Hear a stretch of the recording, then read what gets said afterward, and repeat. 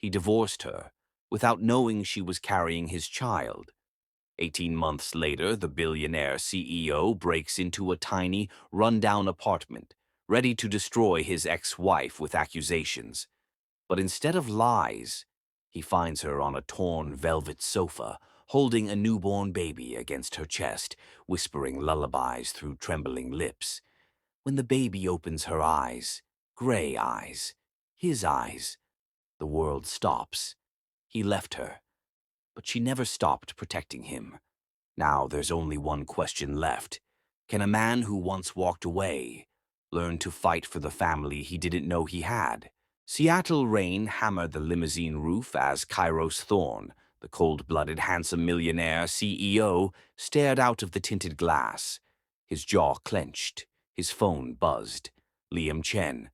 Saw your ex-wife, Zara. She has a newborn. Funny thing, the baby has your eyes. Those words detonated inside his skull. He leaned back, whispering, she wouldn't. But his pulse betrayed him. She could, and she did. The elevator ride up to his office felt like ascending a gallows. He pulled up Zara's old voice message, the one he never deleted. Kairos, please don't do this. I love you. He had divorced her anyway. He told himself she was too emotional, too soft, too distracting. Now Liam's words gnawed at him like acid. He slammed his fist on his desk, startling Marcus. Kairos, what happened? He looked up, eyes like winter steel. She hid a baby from me. He was already walking toward the door. He drives in the storm, parks outside Zara's building, and the moment he touches the doorknob, he realizes it's already unlocked. Kairos pushes the door open with a force that comes from anger, fear, and something he cannot name. The door slams against the wall, echoing through the small apartment like thunder. The room is dim, lit only by a warm lamp that casts a soft halo over everything it touches. The scent hits him first: vanilla, warm milk, and a faint trace of lavender. It is a homey smell, not expensive, not luxurious. Real. His chest tightens, unexpected and uncomfortable, as if his body recognizes something before his mind does. He takes one step inside, and the world he built from control and dominance suddenly feels like sand slipping between his fingers.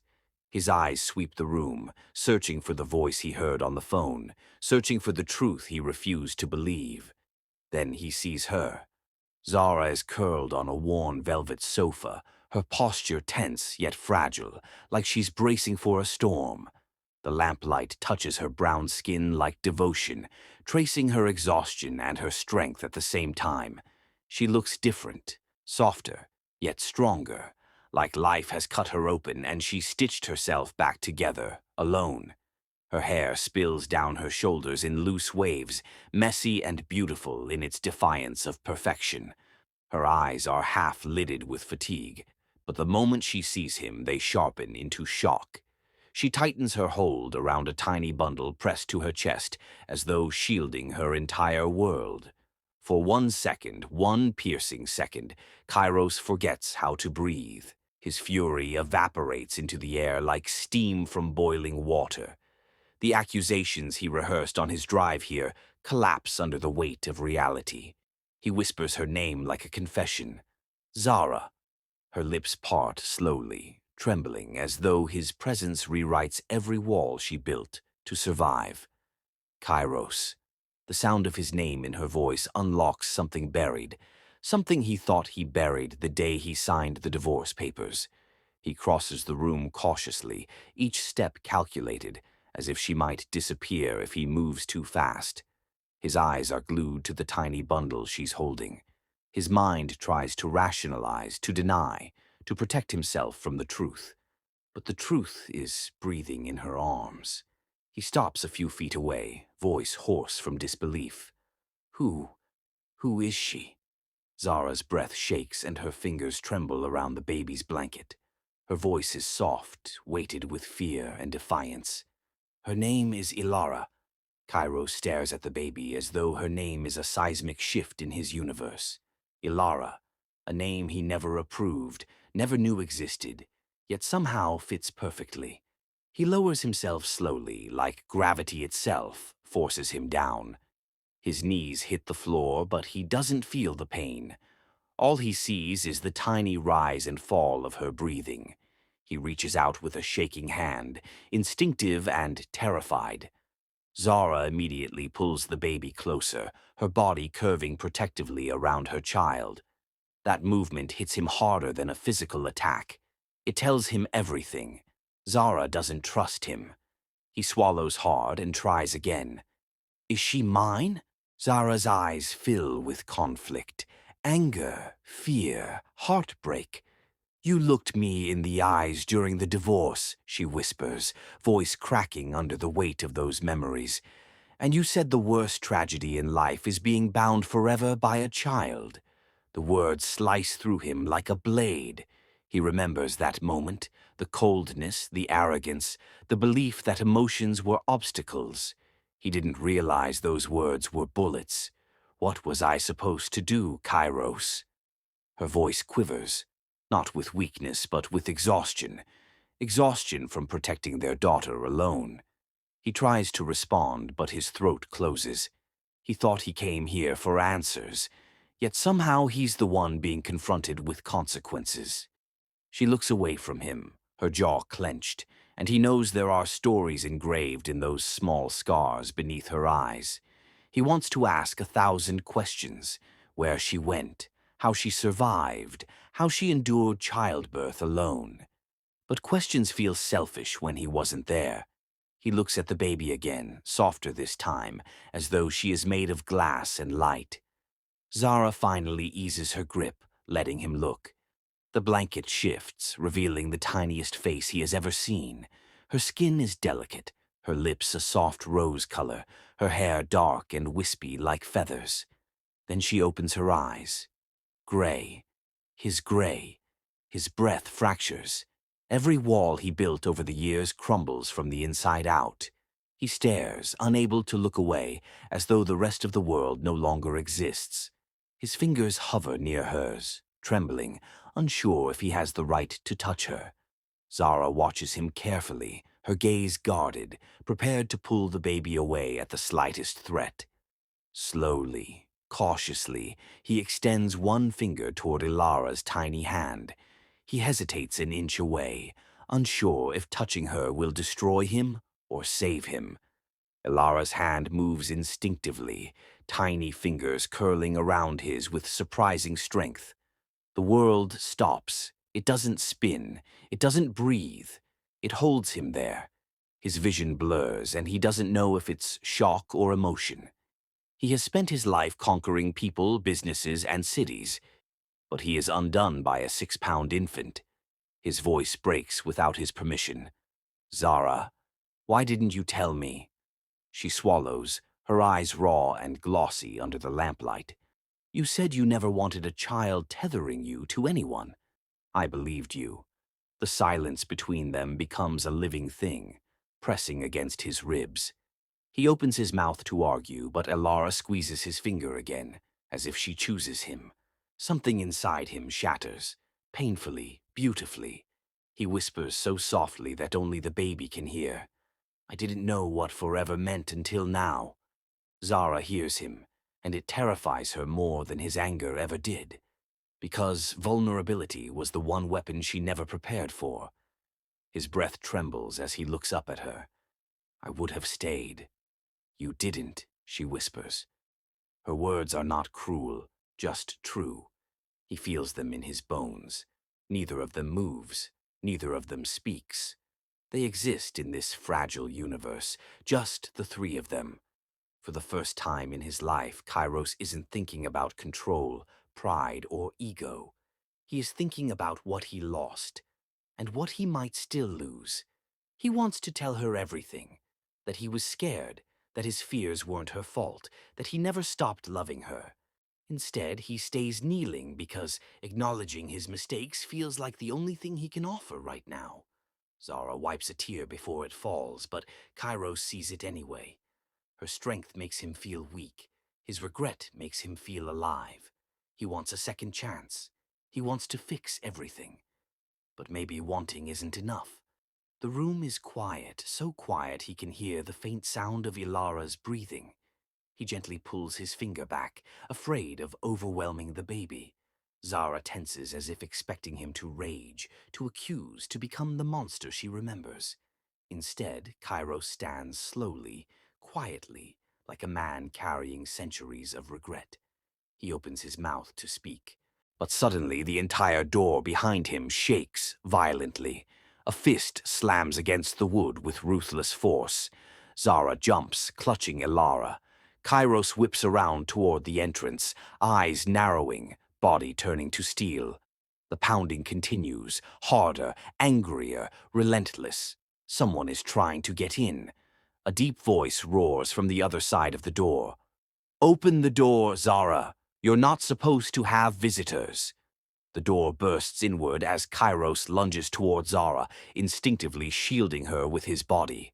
Zara gasps and curls around Ilara, holding the baby so tightly that her knuckles turn white. Kairos braces for a threat, expecting a man with violence in his fists and cruelty in his voice. Instead, standing in the doorway is a fragile old woman wearing a worn black nun's habit. Her hands are thin, veined, and visibly trembling as she lifts them in surrender. "My apologies," she whispers, breathless and startled. "I didn't mean to frighten anyone." Zara blinks in confusion, clutching Ilara closer. Kairos eases his stance, but he does not step away from Zara. He stays in front of her as though he is a shield she never asked for, but desperately needs. The old woman looks up at him, not afraid but curious, as if she recognizes the kind of man who would break down doors. "I am Sister Agnes," she says in a soft voice that carries unbelievable steadiness. "I was sent by—" She hesitates, choosing her words carefully. "A concerned donor." Kairos hears it immediately, a lie wrapped in politeness. Concerned donor. He stares at the nun, calculating, analyzing, seeing through people the way billionaires are trained to. Zara won't meet his eyes. She shifts Ilara to her other arm, turning slightly away from him, as if she fears his reaction more than anything happening in the room. Sister Agnes looks at Zara with genuine warmth, the kind that only comes from kindness born in suffering. "I came to help the mother," she says, moving closer with small, soft steps. Kairos's throat tightens at the way she says the mother, as if motherhood alone makes Zara worthy of protection. "Help?" Kairos repeats, suspicion sharp in his voice. Zara finally forces herself to look at him, chin trembling. She's been helping me since Ilara was born," she whispers. Kairos processes that slowly, painfully. Sister Agnes places a gentle hand on Zara's shoulder, offering support in a way he never did. "She contacted the shelter," the nun says softly, "when she had nowhere else to go." The words "nowhere else to go" hit him harder than any insult. Zara looks down, unable to hold his gaze. "I'm alone, Kairos," she whispers. The word alone slices into him with surgical precision. Alone was the place he left her. Alone was what he made her. Kairos forces himself to breathe, because guilt feels like drowning.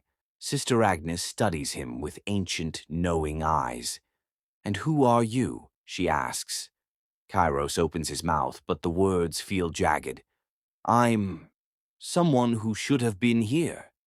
Zara flinches as if those words reach the bruised parts of her heart. Sister Agnes nods without judgment, simply acknowledging truth. She moves toward the small kitchenette, rolling up her sleeves.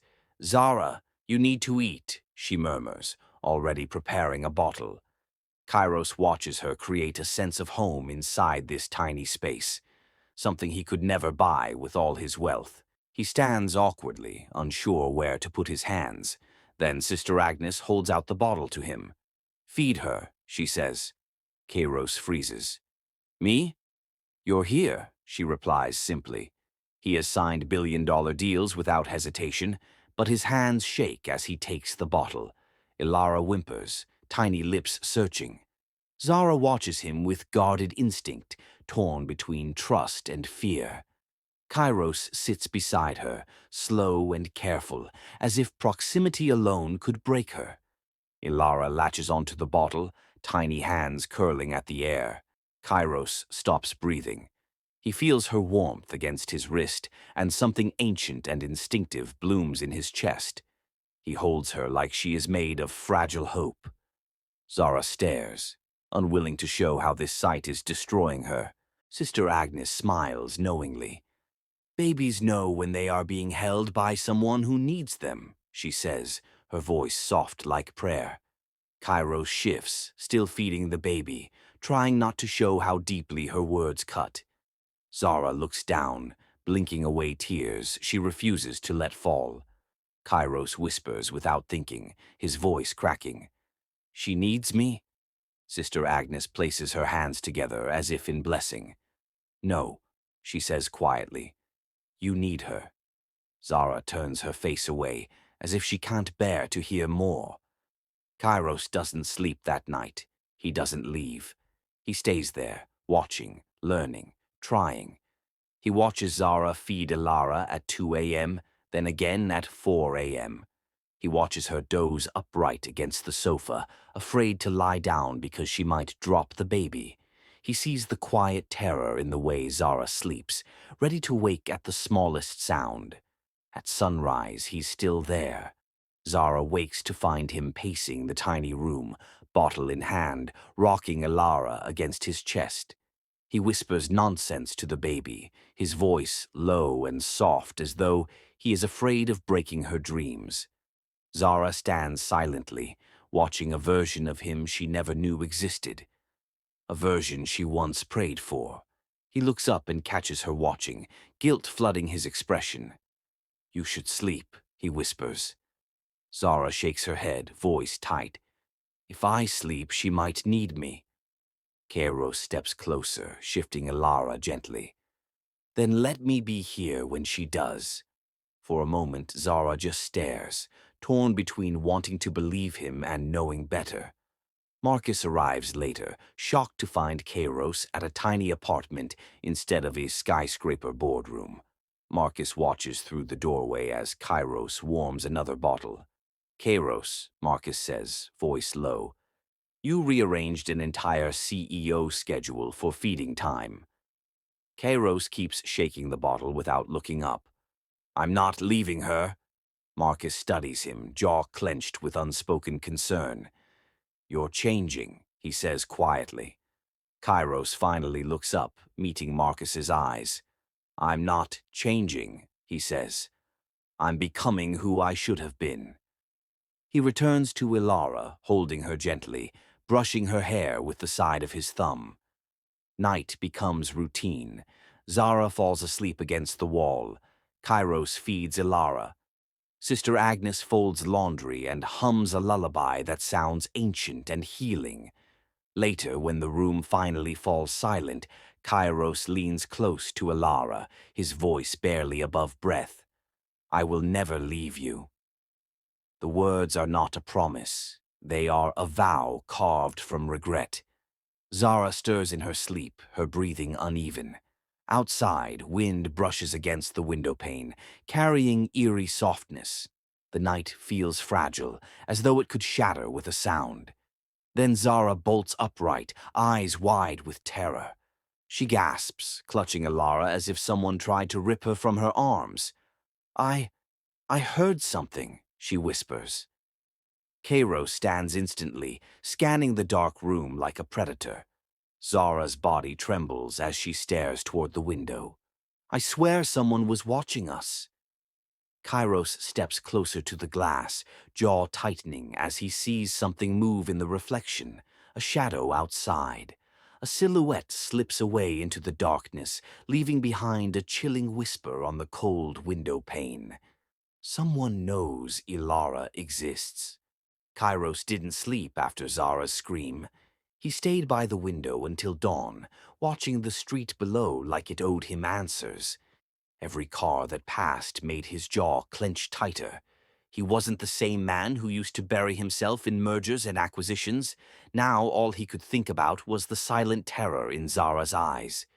He had built empires, crushed rivals, reshaped industries, yet he couldn't name the shadow that haunted her. Morning came with an unwelcome interruption, Marcus calling from the board. "Kairos," Marcus said, voice tense. "The Singapore acquisition has escalated. They want you physically in the room." Kairos didn't move from the window. "I don't care." But the problem was everyone else did.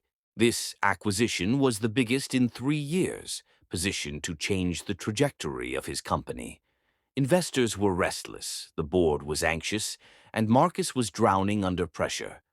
Zara sat on the couch, breastfeeding Ilara, completely unaware she was being watched by a man who didn't know how to leave. Ilara's tiny fist rested against Zara's collarbone, and Zara hummed a soft lullaby, a melody that made the air feel warmer. Kairos's heart cracked in places he didn't know still existed. He didn't want to go to Singapore, but he also knew that if he stayed hovering around her every second, she would never learn to trust him again. He stood up reluctantly, grabbing his coat, but his eyes never left Zara and the baby. "I'll be back soon," he said quietly. Zara nodded without looking at him. She didn't ask when. She didn't ask why. She was too used to people leaving. He walked toward the door and paused. "I won't let anything happen to you," he said. Zara gave a tired, brittle smile that carried more history than words could ever explain. And then he left. The flight to Singapore felt like punishment. He stared out the private jet window, replaying Zara's scream from last night. Marcus sat across from him, laptop open, talking rapidly. "Hostile takeover, press embargo, valuation dropping." Kairos wasn't listening. His mind was still in that dim apartment, next to the velvet sofa, where fear lived like a third presence. Hours later, he stood in a glossy conference room, watching numbers and charts flash across massive digital screens. Executives shook his hand, greeted him, praised him. He didn't register a single word. For the first time in his career, Kairos Thorne was physically present but mentally absent. His phone stayed face up on the table, waiting for a message that never came. Every vibration made his pulse spike. Every minute felt wrong. Marcus leaned toward him. "You're distracted," he whispered. Kairos didn't bother denying it. He made it through the negotiations on muscle memory, the instinct of a man who had lived his entire adult life in boardrooms. But that night, in his hotel suite, surrounded by sterile perfection and city lights that meant nothing, he FaceTimed Zara. She answered, looking exhausted. Her hair was tied up in a messy bun, strands falling around her face. Ilara was wailing in her arms. Zara rocked her gently, whispering soothing words. Kairos watched helplessly from halfway across the world. The camera shook as Zara shifted, trying to calm the baby. Her shirt slipped off her shoulder, just slightly. But enough. Kairos froze. A bruise, dark, ugly, finger-shaped, marked her skin like a brand. His expression emptied, carved into stone. "Zara," he said, voice frighteningly quiet. She didn't hear him at first, focused on the crying baby. "Zara?" She finally looked at the screen. His eyes were dead calm, the kind of calm that came just before a storm ripped everything apart. "Who touched you?" he asked. Zara blinked rapidly, startled by his tone. "N No one." His jaw clenched. "Don't lie to me." I I bumped into a door," she stammered. Kairos watched her body language with precision, the quick blinking, the trembling fingers twisting the hem of her shirt. He knew her tells. He had studied her once like a language only he was fluent in. "You're lying," he said. Zara said nothing. Her silence screamed louder than any confession. He ended the call. Marcus, who had just walked in, stopped at the look on Kairos's face. "What happened?" Kairos didn't answer. He grabbed his coat. "What about the contract?" Marcus called after him. "Handle it." "You're leaving Singapore?" "I'm going home," Kairos said, voice low and lethal. "She's not safe." The jet back to Seattle couldn't move fast enough. The whole way, Kairos sat forward in his seat, elbows on his knees, hands clasped, like a predator waiting to be unleashed. He wasn't thinking about quarterly numbers or shareholders. He was thinking about a bruise shaped like someone's hand on Zara's skin. Someone had touched her. Someone had hurt her. And he was going to find out who. When the jet landed, he didn't go home. He didn't even breathe. He went straight to Zara's building. The guard at the front desk jumped to attention. "I need the visitor logs," Kairos said. The guard hesitated. "Sir, we have protocols." Kairos slid a black titanium card across the counter. "Check again." The man swallowed hard and printed a sheet. Kairos snatched it from his hand. His eyes scanned the list. His pulse stopped. There it was. One name, repeated, over and over. Jared Thorne. Family visit. Kairos lifts his head slowly from the sheet, eyes turning violent with realization. That bruise wasn't an accident, and the man hurting her was family. Kairos doesn't knock. He enters Zara's apartment like a storm barely contained, the kind that crackles in the air before lightning strikes. The door clicks shut behind him, and the sound is final, like a verdict. Zara sits on the small sofa, feeding Alara, rocking gently in that nervous rhythm of a mother who is running on fear instead of sleep. When she looks up, her eyes widen, not in surprise. No, she knew he would come, but in dread of the conversation she has run from for weeks. Kairos steps toward her slowly, like each step is a battle he's trying not to lose control of, like rage could break free and level the building. His voice, when he speaks, is not loud, but it slides through the room like a blade dipped in ice. It was Jared. Wasn't it? Zara's breath catches, the soft sound barely audible under Alara's small whimpers. Instead of answering, her gaze falls to the carpet, tracing the fibers as if the right words might be hidden there.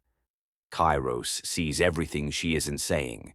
Her shoulders curl inward protectively, the tiny tremor in her jaw, the way her hand automatically pulls Ilara closer. He moves slow, like a predator trying not to scare its prey, but the fury behind his eyes could burn the world. "I saw his name on the log," he murmurs, voice dropping even lower. "Jared Thorne. Family visit." The words taste like poison. Zara's throat works around a swallow, and she shakes her head as if denial could erase the bruise he now knows wasn't an accident. "Zara," he says, softer now, a warning stitched into her name. She breaks. Not loudly, not dramatically, not with sobs or screams, but with a single exhale that sounds like surrender. "He showed up weeks ago," she whispers, voice barely holding together. "He wanted money." Her fingers tighten around Ilara's tiny back, and the way she holds her daughter tells Kairos exactly what this cost her. "He threatened to expose her to you, in the worst possible way." Kairos's heart stops. He remembers his own words from before the divorce. Words he regrets more than any business decision, more than any mistake he has ever made. The worst tragedy in life is being bound forever by a child. Zara had believed him. Zara had feared what he might do. Zara had chosen to protect their daughter. From him. Zara's voice drops to a near whisper. "When I refused, he hit me." The world turns red. It is not rage, it is annihilation. Kairos isn't breathing. He is calculating destruction. He imagines Jared's hands on Zara, on the mother of his child, and something in him fractures so violently it is almost audible. His voice comes out gravel, raw and lethal. "He put his hands on you while you were holding my daughter." Zara looks away, as if ashamed of something that was never her fault.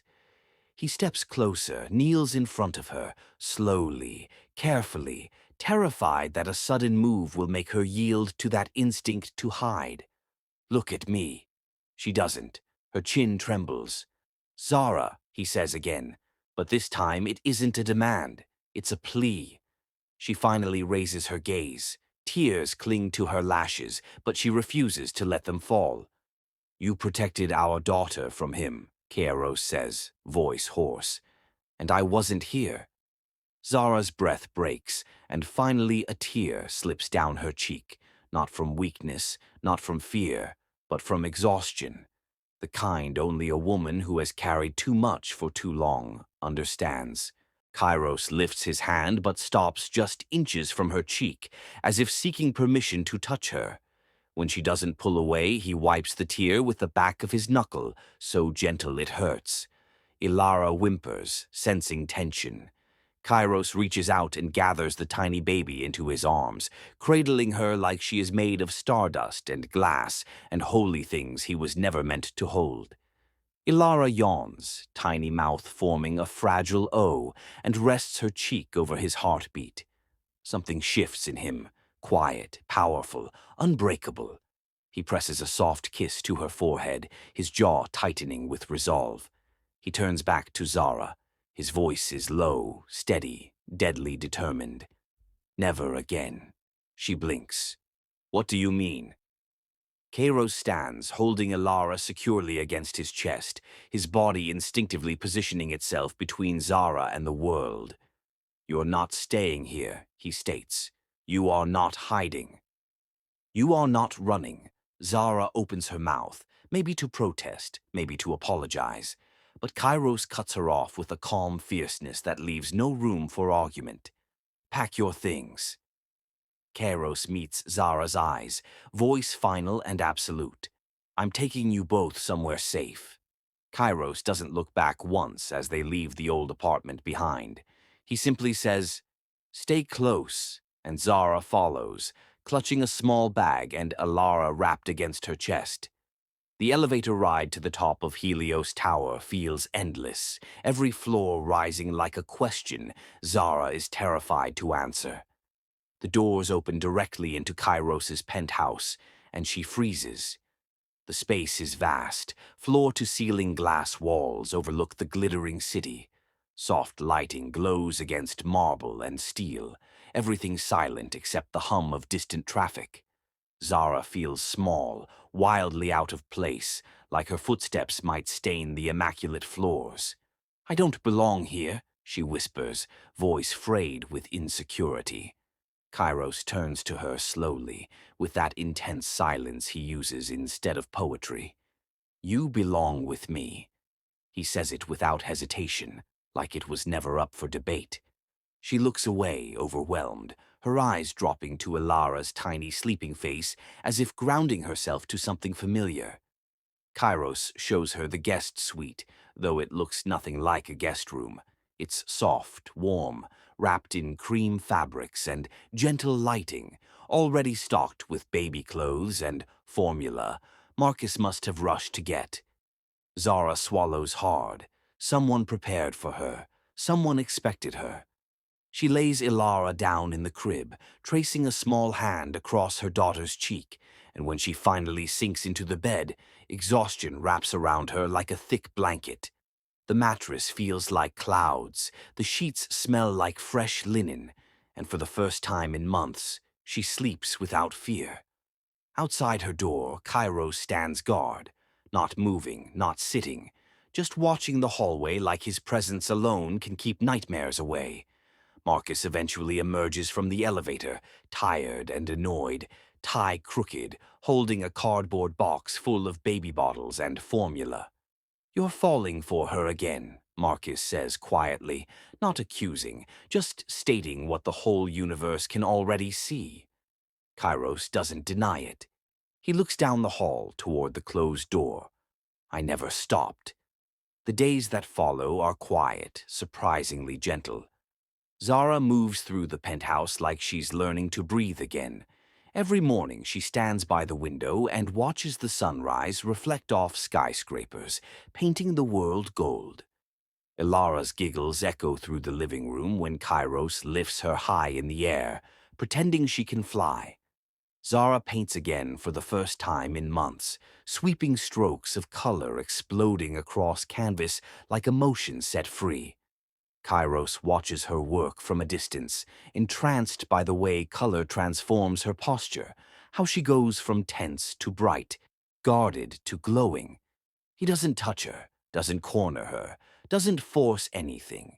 He just stays, present, reliable. He takes calls from investors with Ilara sleeping on his shoulder. He has entire meetings without raising his voice once, because if he does, the baby might wake.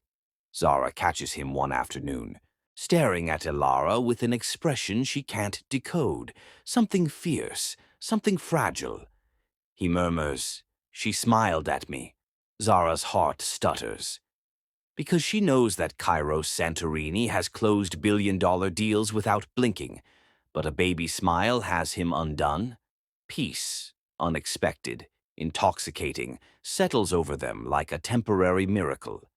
Zara begins to laugh again, real laughter, the kind that bubbles up without permission.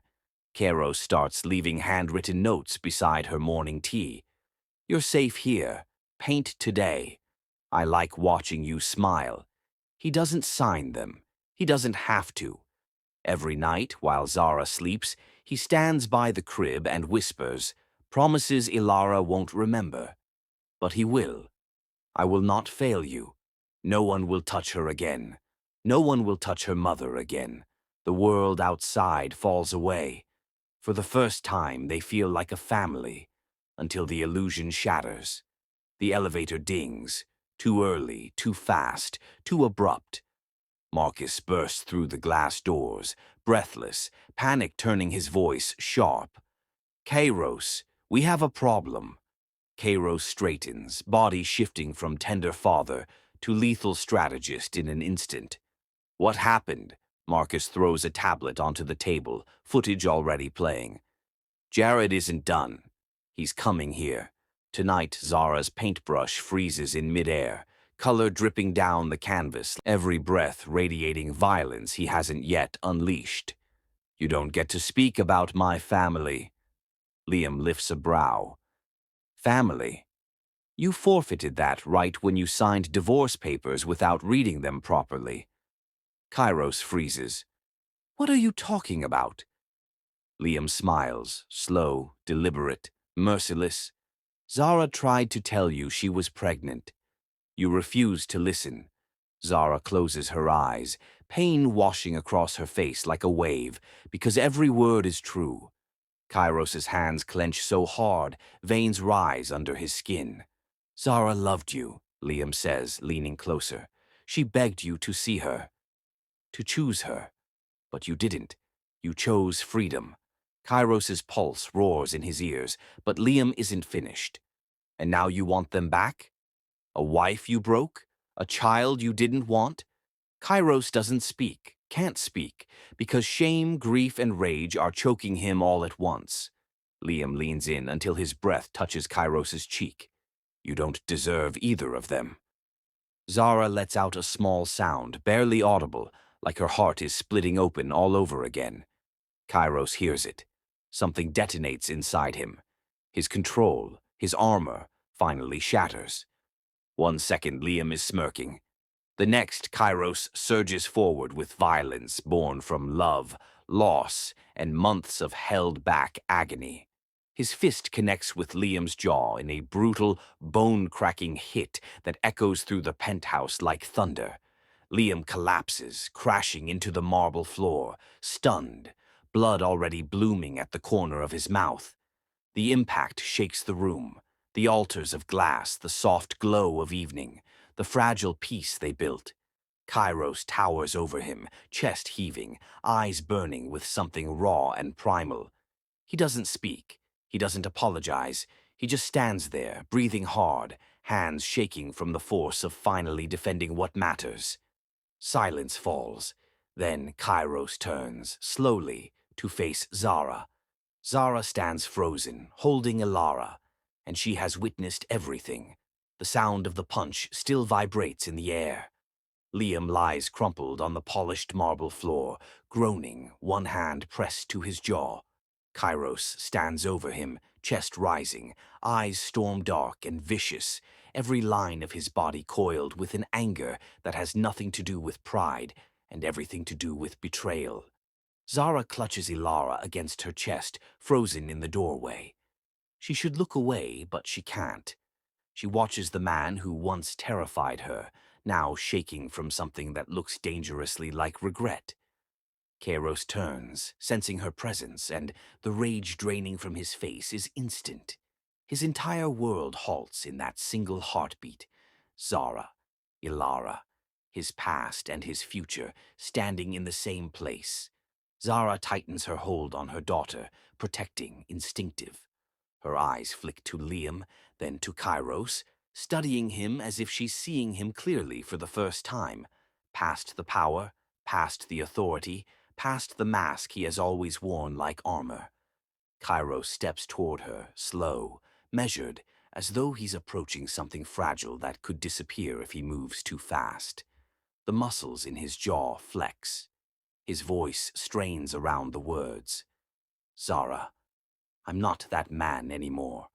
The confession is raw, not rehearsed. It sounds like someone learning how to speak truth for the first time. Zara's eyes burn with unshed emotion. Not that man, she whispers, her tone level but sharp. You still think you can control everything? You still move people like chess pieces, just because you can. Kairos takes another step, and this time Zara raises her palm, stopping him. Her voice doesn't rise. It doesn't need to. Her calm is more lethal than anger ever could be. Power doesn't save love, Kairos. It crushes it. Kairos lowers his gaze. He has ruled companies, outsmarted enemies, survived childhood scars, but the tremor in his chest now comes from one truth. He doesn't know how to love without destroying what he holds. Zara watches him, waiting, not for excuses but for honesty. Kairos's voice drops to a whisper. I don't want to lose you again. Zara's lips part, the pain of their past flickering in her eyes. Then you should have fought for us before I walked away bleeding. Kairos flinches like the words slice him open. He glances at Ilara, then back at Zara. I didn't know how. Everything in my life had a price, a condition. But you, his voice cracks. I didn't know how to deserve you. Zara moves closer, her voice soft but firm. You don't deserve people, Kairos. You cherish them. You choose them. You protect them without owning them. The truth hangs in the air like lightning. He stares at her as if those words are a language he has never learned. Then, without hesitation, he drops to his knees, not out of defeat, not out of humiliation, but something far more terrifying for a man who has always stood above others. Surrender. The floor chills his knees, but his voice is steady when he speaks. Teach me, Zara breathes in sharply. No one kneels to Kairos. No one. The sight of him kneeling shakes her in places she buried long ago. She sets Ilara gently in her crib beside the wall and steps closer. Kairos raises his head, vulnerability spilling from the cracks in his armor. Teach me how to love without controlling. Teach me how to protect without caging. Teach me how to be the man you once believed I could be. Zara's heart stutters. She remembers nights when she begged for one word, one moment where he would let her in. And now he kneels as if giving her every locked part of himself.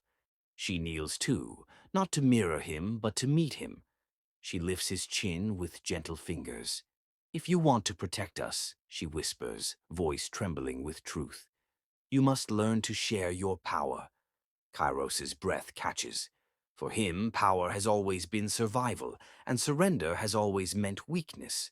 But here, kneeling before her, surrender feels like freedom. Zara leans in, her forehead resting against his, her voice soft enough to break him. Ilara doesn't need a king. She needs a father. And I... Her voice wavers. I need a partner, not a ruler. Something in him shatters, quiet and irreversible. He lifts his hand to her cheek, fingers brushing her skin as if memorizing the moment. Zara closes her eyes at the warmth, the sincerity she once craved. His thumb traces the line of her jaw, reverent. His lips part, not with a demand, but a prayer. I want to learn. I want to change. Not for you. His breath trembles. But because loving you showed me I'm capable of something more than power. Zara exhales shakily, her fingertips brushing his hair. For a moment, the rest of the world disappears. It's just them, two souls bruised by their past, terrified of repeating it. If you hurt us again, she whispers, I will walk away forever. He doesn't flinch. Then I'll spend the rest of my life making sure you never have a reason to. Zara cups his face gently, slowly leaning in. Their breaths mingle. Their lips hover, barely a breath apart, and Kairos closes his eyes, waiting, not demanding, not taking, but waiting. Zara's heart races. She feels his surrender in every breath, every tremble of his hand. She feels his change, not in words, but in silence. She closes the distance, then stops. Her lips hover over his, so close he can taste her breath. Her eyelashes brush his cheek. Her voice is a soft, devastating promise. Change first, love second. She pulls away. Kairos opens his eyes, stunned, breathless, desperate, not for a kiss, but for the chance to earn it. Zara rises slowly, every movement deliberate, powerful, reclaiming her space not as a victim, but as a woman who now holds the final choice. Zara steps back, her lips inches from his, her fingers slipping away from his face. Kairos leans forward instinctively, but she turns her head and walks away before their lips touch. The night splits open with sirens in the distance, not near enough to matter, not fast enough to save anyone.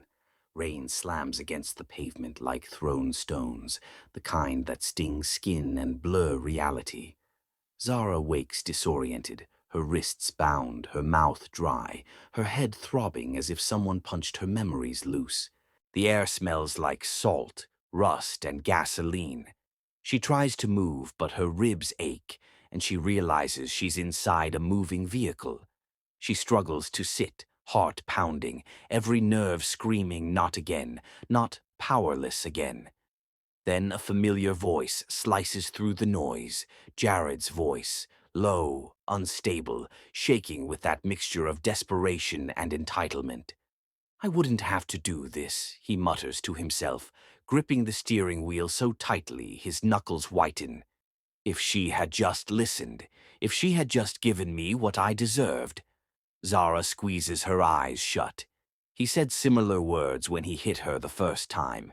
He always believed pain was a currency, and fear was a form of loyalty.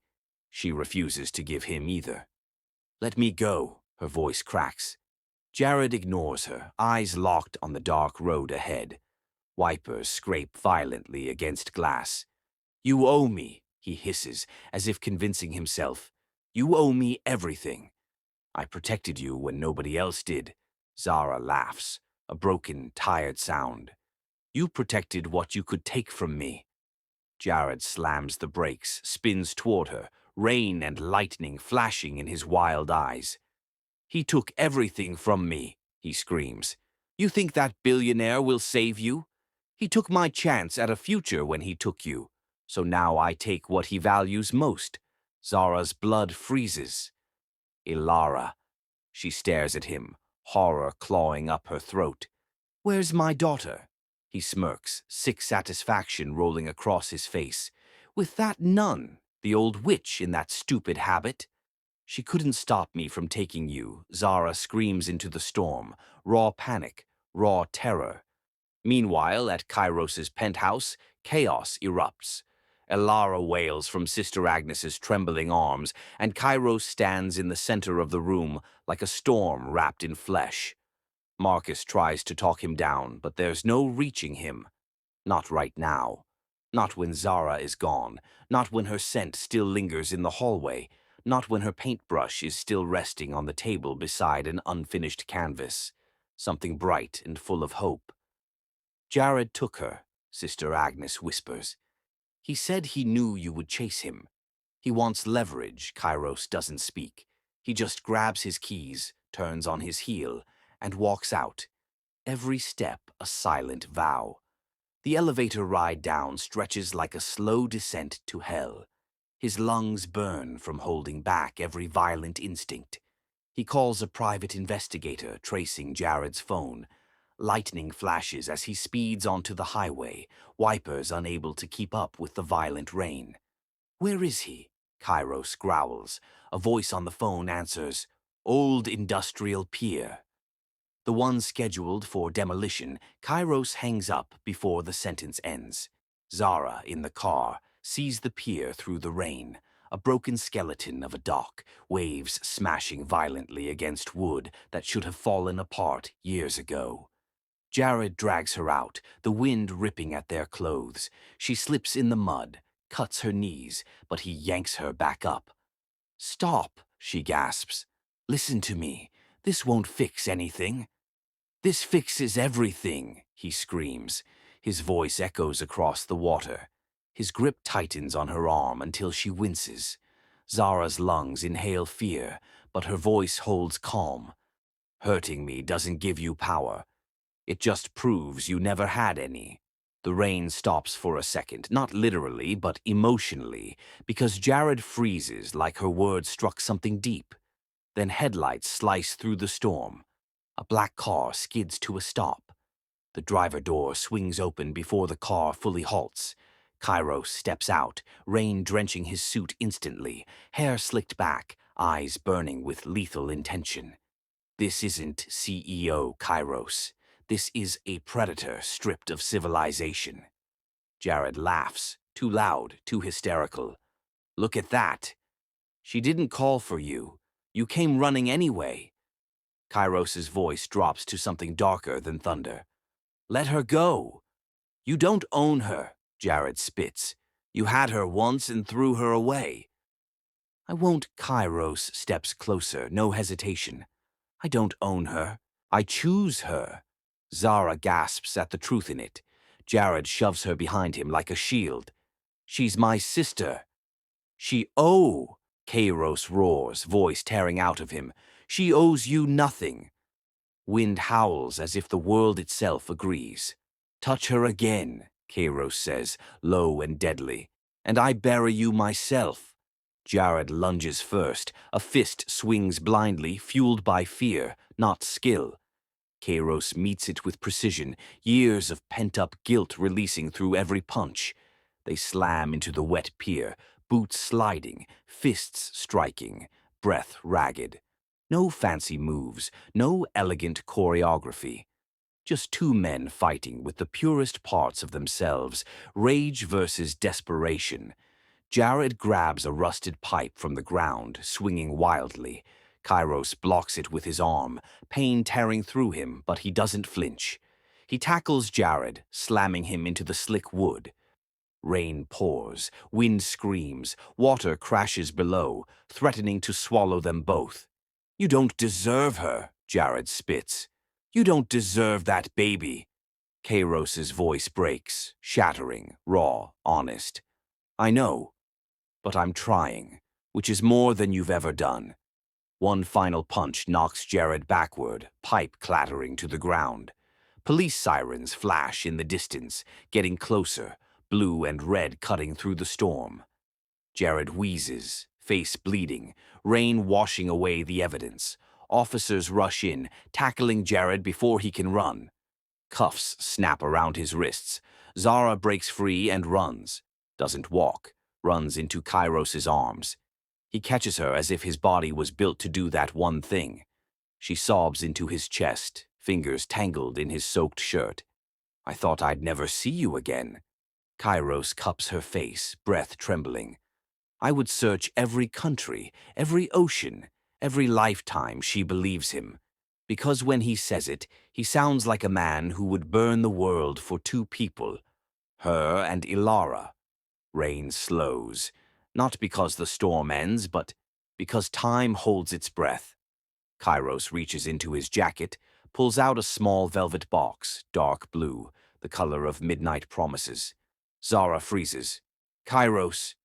His voice isn't commanding, isn't demanding. It's soft, vulnerable. Marry me. Her breath stutters.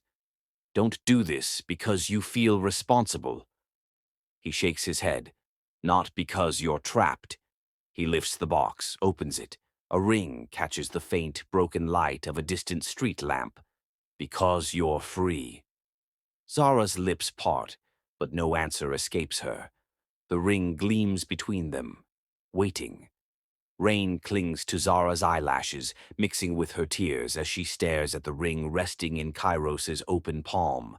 The velvet box trembles in his hand, not from cold, not from exhaustion, but from pure fear. He has faced boardrooms ready to tear him apart, rivals threatening empires, men like Jared who would kill for power. But this, waiting for her answer, terrifies him more than anything in his ruthless world. The storm quiets into a thin mist, the air heavy with the scent of sea and rain-soaked wood. Zara's heart beats painfully inside her chest. She feels the weight of every chapter they survived, the divorce papers, the loneliness, the bruises she hid, Elara crying in the night, the bruised silence that followed every argument, every empty promise. The ring isn't the hard part. Trust is. Kairos lowers the box slightly, sensing her fear, and steps closer. Not imposing, not claiming, just present. I'm not asking you for forever, he whispers. I'm asking for a chance. His voice deepens with something raw. Let me prove I can be the man you needed the first time. Zara takes a shaky breath, her fingers brushing the back of his hand. The contact ignites every memory. His arms around her during Elara's first fever, the night he fed her daughter while she cried, the way he knelt in surrender and not dominance. She wants to say yes. She wants to say no. She wants to scream. You can't fix everything by loving harder, she whispers, and you can't protect me from every wound. Kairos nods. I know, but I can stand beside you while you heal. His eyes drop to her lips, but he doesn't move closer. He waits. Always waits now. I broke us once, he admits. I won't break us again. There is no arrogance in his stance, no CEO tone. Just a man, messy, terrified, hopeful.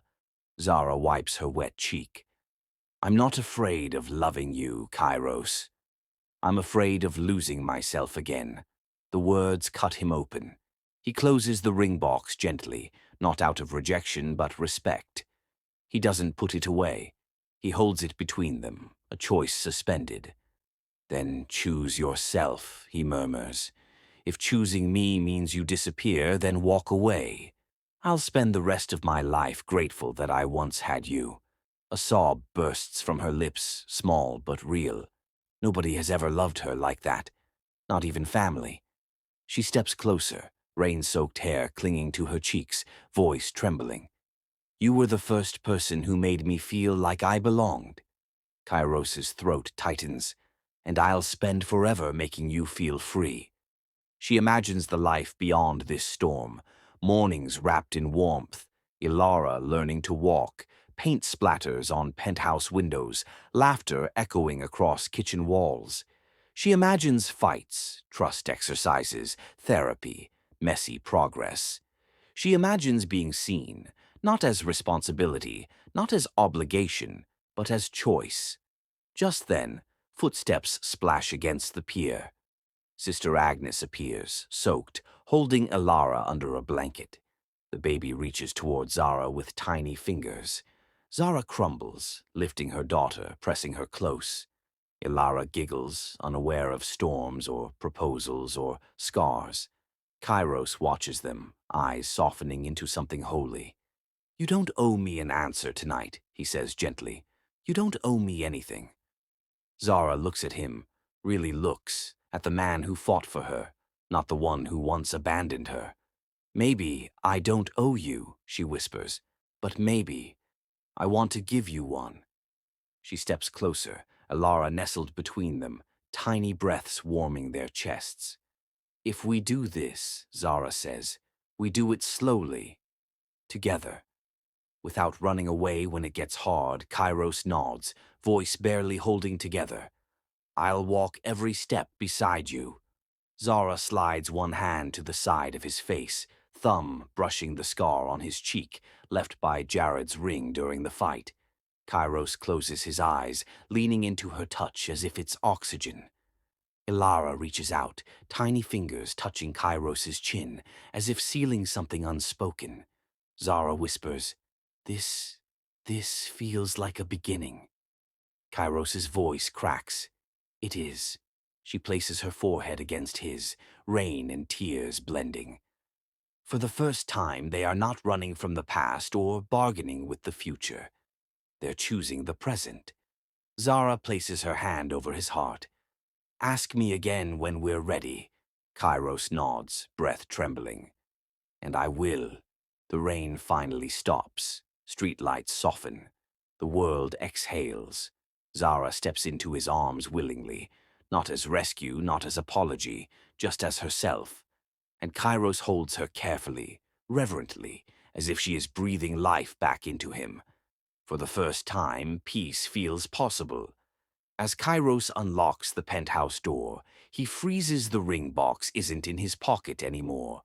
On the hallway floor lies his velvet box, opened. A single note rests inside. You're not the only one who wants her back.